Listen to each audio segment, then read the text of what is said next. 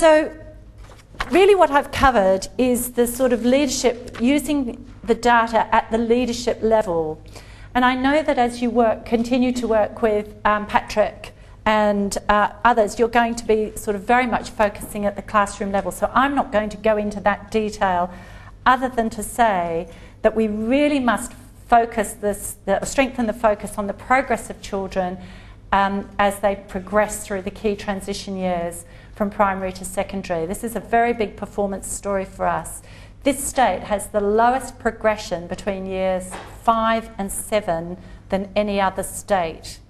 And so we have something going on here that is not progressing students through as much as we would like during this phase of schooling. And all of this work, you know, about this using AIM online, adaptive, etc., is a key thing here.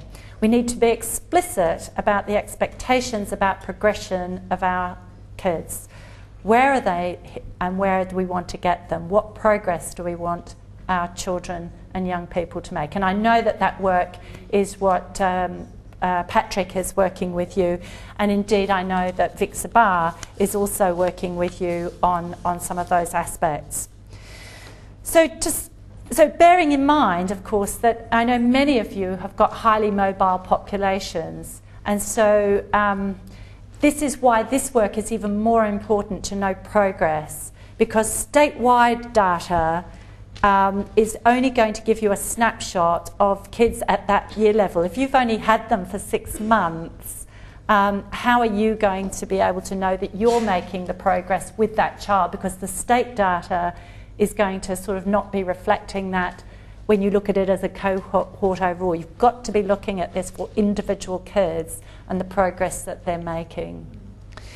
So, so just to summarise then, you know, what I think are the 4 key messages for you in terms of using data strategically. I think, firstly, it's the performance story, that you want people to be articulating very clearly what the performance issues are, what the performance strengths are of this school, and each teacher in your school to be able to do the same thing for at least one class. Make that a goal, you know, thinking about how your teachers might describe the performance of a class, or if that seems too challenging, the performance of a small group of children, to be able to very clearly articulate that. Model the use of data to inform decisions so that you are showing that reflective practice of data and decision and making that the practice of the organisation, of the school. Celebrate success, appreciate the successes, appreciate the effort, and use data to demonstrate that link between strategy and results.